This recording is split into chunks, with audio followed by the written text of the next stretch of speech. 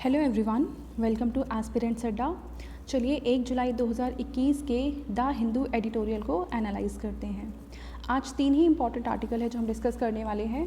First है an attempt to silence the film fraternity. इससे related एक आर्टिकल हम कल भी डिस्कस कर चुके हैं। ज़्यादा क्लैरिटी के लिए आप वो वाला एडिटोरियल डिस्कशन भी देख सकते हैं। सेकेंड है री इमेजिनिंग एग्जामिनेशंस एंड थर्ड है स्मॉल डोजेस। तो आज हम ये 3 आर्टिकल्स डिस्कस करने वाले हैं। तो चलिए शुरू करते हैं पहले आर्टिकल से, जो कि है an attempt to silence the film fraternity. देखिए ये आर्टिकल कमल हसन के द्वारा लिखा गया है, जो कि फिल्म मेकर हैं और अभी फ़िलहाल ये पॉलिटिक्स में भी आ गए हैं, जिनकी एक पॉलिटिकल पार्टी है मक्कल निधि मय्यम। अब इस आर्टिकल में कमल हासन जी कह रहे हैं कि फ़िलहाल जो गवर्नमेंट के द्वारा ड्राफ्ट लाया गया है, the draft cinematograph amendment bill 2021 का, इसमें जो पहले का सिनेमेटोग्राफ एक्ट है उसके सेक्शन 6 का सबसेक्शन 1 में सरकार, ये जो गवर्नमेंट है, ये इंट्रोड्यूस कर रही है कि एक सेकंड लेयर ऑफ स्क्रूटनी हो, यहाँ पे एक सेकंड लेयर हो, जिससे कि जिन फिल्म्स को ऑलरेडी सर्टिफिकेशन मिल चुका है CBFC के द्वारा, उनको वापस से गवर्नमेंट रीसर्टिफाई करने के लिए कह सकती है। यानी कि एक बार जिन फिल्म्स को सर्टिफिकेशन दे दिया गया है उसको दोबारा से स्क्रूटिनाइज किया जा सकता है। ठीक है, तो यहाँ पे कहा गया है कि ये जो ड्राफ्ट है ये पावर देता है सेंट्रल गवर्नमेंट को कि ये फिल्म्स को री एग्जामिन करने के लिए डायरेक्शंस दे सकती है, और वो फिल्म जो ऑलरेडी सर्टिफाइड थी। ठीक है, और इसके पहले अप्रैल में गवर्नमेंट ने ऑलरेडी जो एक बॉडी थी FCAT, यानी कि फिल्म सर्टिफिकेशन एपिलेट ट्रिब्यूनल, अब कोई भी पर्सन जो कि CBFC के द्वारा जो सर्टिफिकेशन दिया गया है किसी फिल्म को, अगर उससे सेटिस्फाइड नहीं है और उसको अपील करनी है तो वो जाता था FCAT के पास। पर क्योंकि FCAT को ऑलरेडी यहाँ पे हटा दिया गया है गवर्नमेंट के द्वारा अप्रैल में ही, तो अब किसी भी पर्सन के पास एक ही सोर्स बचता है कि वो हाई कोर्ट में जा सकता है, जो कि काफ़ी ज़्यादा एक्सपेंसिव है, टाइम कंज्यूमिंग भी काफ़ी है। यानी जो FCAT बॉडी थी सिर्फ वही बॉडी थी जो कि इस फील्ड से ही रिलेटेड थी, और हाई कोर्ट में बहुत सारे केसेस हैं, उन्हें वैरायटी ऑफ फील्ड को डिस्कस करना है, देखना है, तो वहाँ पे बहुत ज़्यादा टाइम कंज्यूमिंग भी है और कॉस्ट भी बहुत ज़्यादा लगेगा। तो ऐसे में वो कितना इफ़ेक्टिव हो पाएगा, या किसी भी पर्सन के ग्रीवियंसेस को जो कि CBFC के द्वारा अराइज होते हैं उनको कितना सॉल्व कर पाएगा टाइम इफ़ेक्टिव मैनर में, टाइम बाउंड मैनर में, वो यहाँ पे देखने वाली बात है। और बहुत मुश्किल है क्योंकि हमारे केसेस ऑलरेडी हाई कोर्ट में, सुप्रीम कोर्ट में या लोअर कोर्ट में बहुत सारे पेंडिंग हैं। तो ऐसे में इन केसेस पे कितना ध्यान दिया जाएगा टाइम बाउंड मैनर में, वो बहुत मुश्किल हो जाएगा यहाँ पे। तो कमल हासन जी ये कह रहे हैं कि इस ड्राफ्ट के द्वारा, जो कि 2 जुलाई तक जिसकी लास्ट डेट है कि पब्लिक अपना ओपिनियन दे सकती है, इसके बाद इसको पार्लियामेंट में इंट्रोड्यूस किया जाएगा एक बिल के रूप में। तो इस बिल के द्वारा गवर्नमेंट जो पावर है CBFC सर्टिफाइड जो फिल्म्स हैं या जो फिल्म मेकर्स हैं उन, और जो आर्टिस्ट, जितने भी आर्टिस्ट वगैरह हैं, उनके पावर को कर्ब करने की कोशिश कर रही है, और गवर्नमेंट अपने आप को स्ट्रेंथन करने की कोशिश कर रही है कि गवर्नमेंट जो चाहे उन्हीं को अप्रूवल मिले। और इसके बाद ऐसा हो सकता है कि वो सारे फिल्म्स या वो कंटेंट जो कि गवर्नमेंट की पॉलिसीज़ को क्रिटिसाइज़ करते हैं, उनमें लूप होल्स देखते हैं, या जो सोशल इश्यूज़ पे बेस्ड होते हैं, या जो सोसाइटी में प्रॉब्लम्स क्रिएट करने वाली चीज़ें हैं, उन पे बेस्ड जो फिल्म्स होती हैं, हो सकता है कि ये काफ़ी ज़्यादा रिड्यूस कर दी जाए गवर्नमेंट के द्वारा। अब इसमें आगे ये भी कहते हैं कमल हासन जी कि the government is well empowered to act against complaints received by submitting itself to judicial review against decision of CBFC granting certification. तो मतलब ओवरऑल यही है कि गवर्नमेंट अपनी पावर को इन्हांस करने की कोशिश कर रही है, और जितने भी फिल्म मेकर्स हैं, जितने भी आर्टिस्ट हैं, उनके पावर को कम करने की कोशिश कर रही है। और ये प्रयास किया जा रहा है कि गवर्नमेंट की पॉलिसीज़ को क्रिटिसाइज़ करने वाली कोई भी कंटेंट यहाँ पे ना बने। तो ऐसे में कमल हासन जी ये कहते हैं कि फ़िलहाल ये टाइम है कि हमें इसके अगेंस्ट आवाज़ उठानी चाहिए, और जो ये प्रयास हैं, गवर्नमेंट की जो कोशिशें हैं कि पावर्स को कर्ब किया जाए, उसको रोकने की यहाँ पे ज़रूरत है। तो देखो यहाँ पे कहा भी है इन्होंने, the government is aiming to silence its people. और किसी भी डेमोक्रेसी के लिए बहुत बड़ा खतरा होता है कि उनके वहाँ पे लोगों की आवाज़ को ख़त्म कर दिया जाए या दबा दिया जाए। All those who trust and are invested in liberty, equality and fraternity should voice their protest. तो इसके अगेंस्ट उन लोगों को जो इक्वालिटी में बिलीव करते हैं, जो लिबर्टी एंड फ्रैटर्निटी में बिलीव करते हैं, उनको अपनी आवाज़ उठानी चाहिए और इसके अगेंस्ट यहाँ पे अपनी वॉइस को रेस करने की ज़रूरत बताई जा रही है कमल हासन जी के द्वारा। और उन्होंने ये भी कहा है कि अगर कोई ऑलरेडी नहीं होता है तो वो अपनी पार्टी के साथ ही इसके अगेंस्ट आवाज़ उठाएंगे। तो देखते हैं हमारे सेकेंड आर्टिकल को, जो कि है री imagining examination. Disruptions caused by the pandemic call for innovative and holistic methods of assessment। तो फ़िलहाल पैंडमिक की सिचुएशन की वजह से जो हमारी स्टडीज़ हैं, एजुकेशन है, उस पर भी इफ़ेक्ट आया है और उसको एसेस करने का जो मेथड था, जो कन्वेंशनल मेथड था, वो भी चेंज हो गया है। और अब ज़रूरत है कि ऑनलाइन मोड में या इस तरीके से एग्ज़ाम्स कंडक्ट कराए जाएँ जो कि फ़िलहाल की सिचुएशन में एप्ट हो। तो ऐसे में देखो यहाँ पे राइटर ये कहते हैं कि the online pattern of examination should not only जज इंटेलेक्चुअल डेवलपमेंट। कोई भी एग्ज़ाम है, चाहे वो ऑनलाइन में लिया जा रहा है या किसी भी तरीके से लिया जा रहा है, वो किसी भी बच्चे के सिर्फ इंटेलेक्चुअल डेवलपमेंट को नहीं मेजर करना चाहिए, बल्कि उस बच्चे के हॉलिस्टिक डेवलपमेंट को वो टेस्ट करे। और हॉलिस्टिक डेवलपमेंट को ही लाना एम होता है किसी भी एजुकेशन में, एजुकेशन सिस्टम का। तो ऐसे में हॉलिस्टिक डेवलपमेंट कितना बच्चों का हो रहा है या नहीं हो रहा है, उसको एसेस करना यहाँ पे ज़्यादा ज़रूरी है।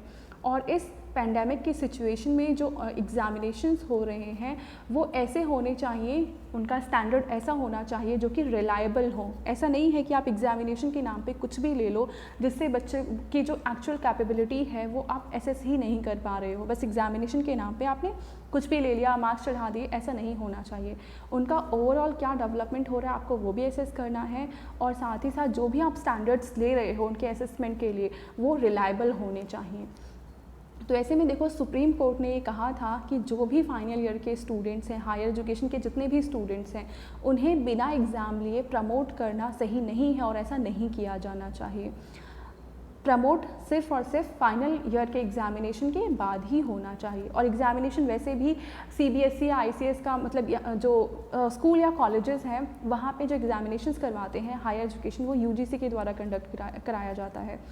और यहाँ पे जो सुप्रीम कोर्ट है वो ये भी कह रहे हैं कि जो डिज़ास्टर मैनेजमेंट एक्ट है, डिज़ास्टर मैनेजमेंट एक्ट ऑफ 2005, उसमें ये प्रोविज़न है कि कुछ ऐसी सिचुएशन अगर अराइज़ होती हैं तो आप एग्ज़ाम को पोस्टपोन कर सकते हो, पर बिना एग्ज़ाम मतलब एग्ज़ाम को आप कैंसिल नहीं कर सकते हो। यानी इस जो एक्ट है इसमें भी ये प्रोविज़न है कि आप एग्ज़ाम को कुछ समय के लिए पोस्टपोन कर दो जब तक कि ऐसी सिचुएशन है जो कि डिफ़िकल्ट सिचुएशन है जहाँ पे एग्ज़ाम को कराया जाना पॉसिबल नहीं है, पर एग्ज़ाम को आप कैंसिल नहीं कर सकते हो। तो ऐसे में UGC rules clearly stated that a degree cannot be granted without examination। मतलब मान लो कोई कुछ स्टूडेंट जो अभी फ़िलहाल ग्रेजुएशन कर रहे हैं, जो फाइनल ईयर में हैं, आप उनके एग्ज़ाम कैंसिल कर दो और उन्हें डिग्री प्रोवाइड कर दो, तो ये सही नहीं है, क्योंकि UGC के रूल्स में भी एक क्लियरली लिखा हुआ है कि डिग्री तभी दी जा सकती है जबकि एग्जामिनेशंस कंडक्ट कराए गए हों। यानी बच्चों को आप पहले असेस करेंगे, उसके बाद ही आप उन्हें डिग्री देंगे, उसके बिना आप उन्हें डिग्री प्रोवाइड नहीं करेंगे। It must include the assessment of educational objectives of understanding, critical and independent thinking, problem solving ability, reflective thinking. यानी बच्चे का ओवरऑल डेवलपमेंट होना है, उसमें उसकी अंडरस्टैंडिंग कितनी बिल्डअप हुई है, उसका क्रिटिकल थिंकिंग किस लेवल की है, इंडिपेंडेंट थिंकिंग किस लेवल की है, प्रॉब्लम सॉल्विंग जो एबिलिटी है वो कितना उसमें डेवलप हुआ है, रिफ्लेक्टिव थिंकिंग कैसी है, स्किल डेवलपमेंट कितना हुआ है, और साथ ही साथ जो इस नॉलेज है उसको आप उसका अप्लाई कैसे कर रहे हो, अलग अलग सिचुएशन में आप उसका एप्लीकेशन कैसा है, ये सब चीज़ें आपको एसेस करनी है। यानी कि आपका जो एग्जामिनेशन का तरीका है, जो असेसमेंट का तरीका है, उसमें ये सारी चीज़ें जज होनी चाहिए, एसेस की जानी चाहिए उन पैरामीटर्स के द्वारा। और यहाँ पे राइटर ये भी कह रहे हैं कि आपको ऐसे भी प्रयास किए जाने चाहिए कि जो स्टूडेंट्स हैं वो एक दूसरे को चीट ना करें। ऐसा नहीं कि चीटिंग करके वो एग्ज़ाम दे दें और आप उन्हें फिर अच्छे मार्क्स दे रहे हैं। तो ऐसे में उन सॉफ्टवेयर को यूज़ किया जा सकता है जैसे कि हैं प्लेगरिज्म सॉफ्टवेयर। तो इसके थ्रू चीटिंग को रोका जा सकता है। इसके अलावा एक ऑल्टरनेटिव मेथड भी है कि आप ओपन बुक एग्जामिनेशंस भी कंडक्ट करवा सकते हैं, क्योंकि ओपन बुक एग्जामिनेशन में क्या है, बच्चे के सामने ऑलरेडी पूरा पैसेज, जैसे मान लो एक पैसेज दे रखा है, उस पर बेस्ड क्वेश्चंस हैं, वो उस क्वेश्चन का आंसर उस पैसेज में ही है, तो आप वहाँ पे चीट क्या ही करेंगे। आप देखेंगे आपके सामने पैसेज है, तो आप अपनी अंडरस्टैंडिंग के अकॉर्डिंग जो भी आपको समझ में आ रहा है उसके अकॉर्डिंग कॉम्प्रिहेंशन के थ्रू आप आंसर्स लिखेंगे। तो ये भी एक ऑल्टरनेटिव मेथड हो सकता है एसेस करने का, जिसमें बच्चे की अलग अलग जो डेवलपमेंट स्किल्स हैं वो एसेस की जा सकती हैं इन एग्जामिनेशन के थ्रू।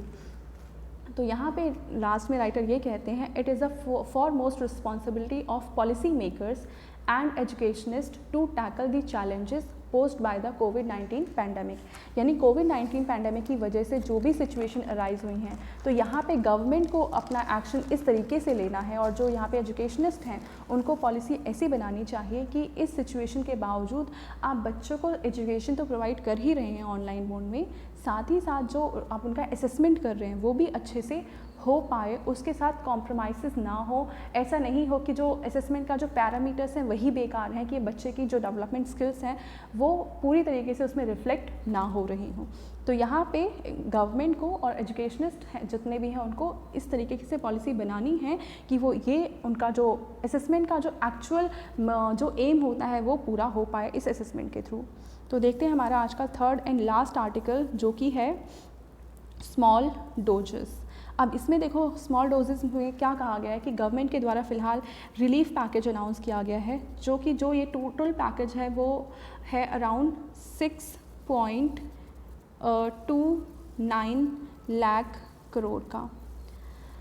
तो ऐसे में इस टोटल अमाउंट में 2.68 लाख करोड़ जो है वो है क्रेडिट गारंटी की फॉर्म ऑफ क्रेडिट गारंटी। इसका मतलब होता है ये लोन की फॉर्म में है कि लोन दिया जाएगा, हालांकि हो सकता है ये लोन सस्ते रेट्स में प्रोवाइड किया जाए और फिर बाद में इसको रिटर्न करना होगा जो भी इस लोन को रिसीव करेंगे। और 1.5 lakh crore emergency credit scheme है। पर देखो इमरजेंसी क्रेडिट स्कीम जो है ये लास्ट ईयर भी अनाउंस की गई थी 3 लाख करोड़ की, अब उसमें 1.5 लाख करोड़ एडिशनल अमाउंट दे दिया गया है, पर जो इसका टेन्योर है वो एक्सटेंड नहीं किया गया है। टेन्योर अभी भी 30 सितंबर तक ही है। और यहाँ पे टूरिज़्म को बढ़ावा देने के लिए, क्योंकि टूरिज़्म इंडस्ट्री इस पैंडेमिक की वजह से सबसे ज़्यादा इफ़ेक्टेड है, बुरी तरह से प्रभावित है, तो उसको वापस पटरी में लाने के लिए फ्री टूरिस्ट वीज़ाज़ भी प्रोवाइड किए जा रहे हैं गवर्नमेंट के द्वारा। अब देखो इसके थ्रू समझते हैं कि यहाँ पे क्या क्या पैकेजेस प्रोवाइड किए गए हैं। 6.28 लाख करोड़ का स्टिमुलस पैकेज है जो गवर्नमेंट के द्वारा प्रोवाइड किया गया है, जिसमें 50,000 का क्रेडिट गारंटी है for on going and new projects outside metros, यानी जो मेट्रो सिटीज़ हैं उनके बाहर ये चीज़ें प्रोवाइड की गई हैं। और यहाँ पे जो इंटरेस्ट रेट होता है उसमें एक अपर कैप लगा दी गई कि 7.95% से ज़्यादा इंटरेस्ट आप चार्ज नहीं कर सकते हैं। साथ ही साथ 15,000 crore for public projects to augment paediatric care, ICU beds, यानी हेल्थ सर्विसेज में भी 15,000 करोड़ का यहाँ पे पैकेज दिया गया है। और emergency line credit guarantee scheme जो भी हमने देखी है वो 1.5 लाख करोड़ की दी गई है, पर प्रॉब्लम यहाँ पे यही है कि जो इसका टेन्योर है वो एक्सटेंड नहीं किया गया है। साथ ही साथ 60,000 crore loan guarantees and concessional credit for some sectors, कुछ सेक्टर्स जहाँ पे ज़्यादा इंसेंटिवाइजेशन की ज़रूरत है वहाँ पे सस्ते रेट्स में ये लोन प्रोवाइड किए जाएंगे। इसके साथ ही साथ 25 lakh small borrowers to get guarantee, मतलब 25 लाख ऐसे बोरोवर्स हैं जो स्मॉल हैं, जो कम अमाउंट में लोन को रिसीव करेंगे, पर ये जो लोन होगा वो चीप लोन होगा, मतलब कि इंटरेस्ट रेट इस पर कम चार्ज किया जाएगा। और इसमें से 7,500 crore through micro finance firms के थ्रू प्रोवाइड किया जाएगा, ठीक है। और इनमें से जो फ्रेश लोन्स हैं, कुछ 11,000 टूरिज़्म के जो एजेंट हैं, जो फ़िलहाल अभी क्योंकि टूरिज़्म सेक्टर ही पूरा ठप पड़ा हुआ है तो इनके पास भी कुछ काम नहीं है, तो उनको बढ़ावा दिए जाने के लिए यहाँ पे ये किया गया है कि फ्रेश तरीके से 11,000 टूरिज़्म के जो एजेंट हैं उनको भी लोन प्रोवाइड किया जाएगा। साथ में EPF soaps for new jobs with salary less than 15,000 per month extended till March 2022। तो ऐसे में जो ये स्कीम है ये ऑलरेडी पहले भी लाई गई थी, पर इसका जो सिर्फ टाइम लिमिट है वो एक्सटेंड कर दिया गया है। अब इसमें EPF देखो, ये स्कीम है EPF के तहत, और इसमें जो भी पर्सन है उनकी सैलरी 15,000 से कम होनी चाहिए। और इसके साथ अभी हमने देखा ही है फ्री टूरिस्ट वीज़ा दिए जाएंगे पहले 5 लाख विजिटर्स को, उसके बाद वापस से वीज़ा की रिक्वायरमेंट होगी, पर इसको टूरिज़्म इंडस्ट्री को बढ़ावा दिए जाने के लिए ये सारी चीज़ें की गई हैं हमारी गवर्नमेंट के द्वारा। पर यहाँ पे जो राइटर है वो ये कह रहे हैं कि ये सारे चलो जो भी लाए गए हैं ये जो पैकेजेस हैं वो अच्छे हैं, चलो इकॉनमी को शॉर्ट टर्म के लिए, लेकिन ये बेनिफिट देंगे। Investing time and resources to figure out some form of income support for vulnerable sections in rural and urban areas would have been more helpful। यानी ये जो भी चीज़ें प्रोवाइड की गई हैं वो अच्छी हैं, पर ज़्यादा टाइम लगाना चाहिए था गवर्नमेंट को कि वो देख सके कि कहाँ पे सपोर्ट प्रोवाइड किया जाना है, और वुलनरेबल सेक्शंस को रूरल और अर्बन एरियाज़ में ज़्यादा ज़रूरत थी कि उनको उन तक जो हेल्प है वो ज़्यादा पहुँचे। तो ऐसे में शायद गवर्नमेंट के द्वारा उन सेक्शंस को जो कि बहुत ज़्यादा नीड में थे उनको नेग्लेक्ट किया गया है, ऐसा कहना है गवर्नमेंट, ऐसा कहना है यहाँ पे राइटर का। अब फ़िलहाल हमारी इकॉनमी में जो डिमांड है वो काफ़ी ज़्यादा वीक है, इन्फ्लेशन काफ़ी ज़्यादा हाई है और जॉब काफ़ी ज़्यादा लॉस हो चुकी है, और ऐसे में लोग, क्योंकि फ़िलहाल हेल्थ क्राइसिस भी है, तो लोगों को सेविंग करना भी बहुत ज़्यादा ज़रूरी है कि अर्जेंटली हो सकता है कि मेडिकल सिचुएशन उनकी फैमिली में अराइज हो जाए। तो ये सब हालात को देखते हुए इकॉनमी में हम देख रहे हैं कि बुरी हालत हो रखी है, ना हम डिमांड को बढ़ा पा रहे हैं, ना हम जॉब को ज़्यादा क्रिएट कर पा रहे हैं, इन्फ्लेशन भी काफ़ी ज़्यादा हाई है, और इन्फ्लेशन में सबसे ज़्यादा हाई तो यहाँ पे हम देख रहे हैं कि जो फ्यूल प्राइसेस हैं वो काफ़ी ज़्यादा हाई हो चुके हैं, और यहाँ पे गवर्नमेंट को कुछ स्टेप लेना चाहिए था जिससे फ्यूल प्राइसेस रिड्यूस होते, और अगर फ्यूल प्राइसेस रिड्यूस होते तो इसका रिफ्लेक्शन दूसरे सेक्टर्स पे भी दिखता, क्योंकि सारे सेक्टर्स ट्रांसपोर्ट सिस्टम से जुड़े ही हुए हैं। तो अगर ट्रांसपोर्टेशन का कॉस्ट कम हो जाएगा तो बाकी सभी सेक्टर्स में उसका रिफ्लेक्शन देखा ही जाएगा। अब देखो यहाँ पे राइटर कह रहे हैं, while the efforts to maintain fiscal restraint may impress global rating agencies. तो फिलहाल हमारे जो फिस्कल डेफिसिट है उसको कम करने की कोशिश की गई है इस पैकेज के द्वारा, गवर्नमेंट के द्वारा। पर अब यहाँ पे ये जो जितने भी मेजर्स हैं वो शॉर्ट टर्म में तो हमारी रेटिंग को ग्लोबली इंक्रीज़ कर सकते हैं, इम्प्रेस कर सकते हैं हमारी रेटिंग एजेंसीज, मतलब जिस तरीके से यहाँ पे हमारी रेटिंग होंगी, पर they would be among the first to acknowledge, यानी वो एजेंसीज़ वो पहली होंगी जो ये एक्नॉलेज करेंगे कि लॉन्ग टर्म में इन जो भी स्टिमुलस यहाँ पे प्रोवाइड किया जा रहा है उसका एज सच कोई पॉजिटिव रिजल्ट नहीं होगा। ये सारे जो स्टिमुलस यहाँ पे प्रोवाइड किए गए हैं, जो भी हेल्प प्रोवाइड की गई है, वो स्मॉल टर्म मेजर्स हैं, जो स्मॉल स्केल पे हम कह सकते हैं हेल्प तो प्रोवाइड कर सकते हैं पर थोड़े समय के लिए। लॉन्ग टर्म इसकी ड्यूरेबिलिटी नहीं है, और लॉन्ग टर्म में इसके हम देखेंगे कुछ बहुत ज़्यादा पॉजिटिव इम्पैक्ट नहीं आता। यानी हमारी इकॉनमी को लंबे समय तक अगर हमें पटरी पे लेकर आना है तो हमें और ज़्यादा कुछ चीज़ें यहाँ पे की जानी चाहिए, जिसके बाद हम देखेंगे कि हमारी इकॉनमी रिवाइव हो सकती है। तो ये थे आज हमारे 3 इंपॉर्टेंट आर्टिकल जो हमने पढ़े।